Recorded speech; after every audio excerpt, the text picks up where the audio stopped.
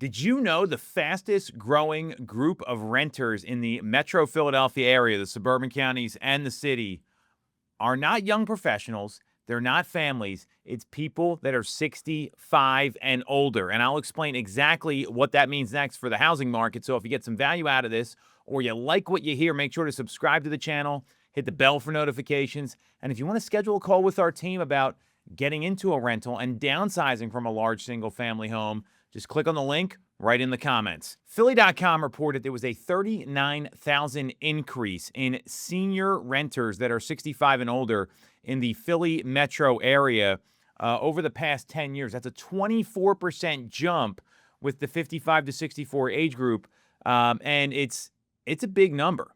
And we're going to explore the reasons behind it and what it means for housing. So the reasons behind it are pretty interesting because we don't have a ton of 55 and over communities in the greater Philadelphia area. So many folks are selling their homes to avoid the burden of maintenance and to downsize into apartments for convenience. So empty nests, divorce, relocating to be near family. They're pushing some people that are in that 65 or older age bracket into renting for flexibility because there's a lot of reasons people downsize. It's not always the home's too big. It could be a health reason. It could be a divorce. It could be something else. And there's also some rising costs of living longer because we got longer life expectancies, which a lot of people don't realize.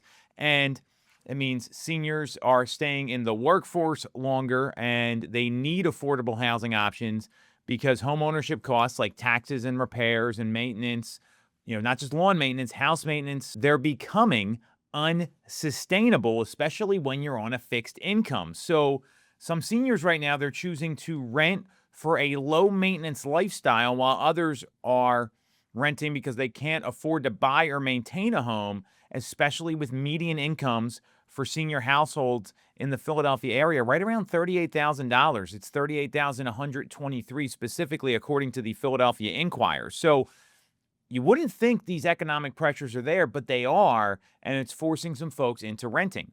And this does impact the housing market. So the surge in senior renters, again, it's a significant amount more over the past decade. It's driving demand for single-family rentals and senior-specific housing, like some of these 55 and over active adult communities that you see.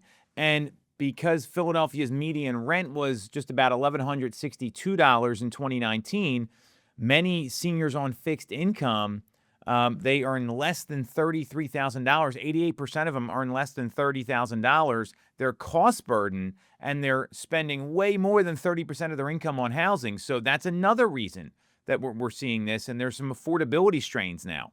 So some more wealthy areas like the Main Line or Society Hill, 41% of senior homeowners are cost burdened, and there's fewer cost burdened seniors in some more affordable neighborhoods like parts of Delaware County or North Philadelphia, West Philadelphia, when you get further into the suburbs. And that's going to create inaccessible homes and homes needing repair and aging, all these cost burdens, they really add up. So what we're seeing now, and they're doing this at the Exton Square Mall as an example, is they're building these active adult communities for 55 and over homeowners or renters. So what we're seeing now is developers, like they are at the Exton Square Mall site, they are developing subsidized senior housing for active adults. And often the demand is exceeding the supply, especially for some of these low-income people that are 55 or 65 and older. So there's still a shortage of housing here. And the broader implications are, with more seniors renting, competition for affordable units intensifies, especially as younger renters are only growing slightly, up by about 5% for ages 25 to 44. And low-income renters are already facing a shortage that's existed. So there's only 30 affordable units per 100 extremely low-income households.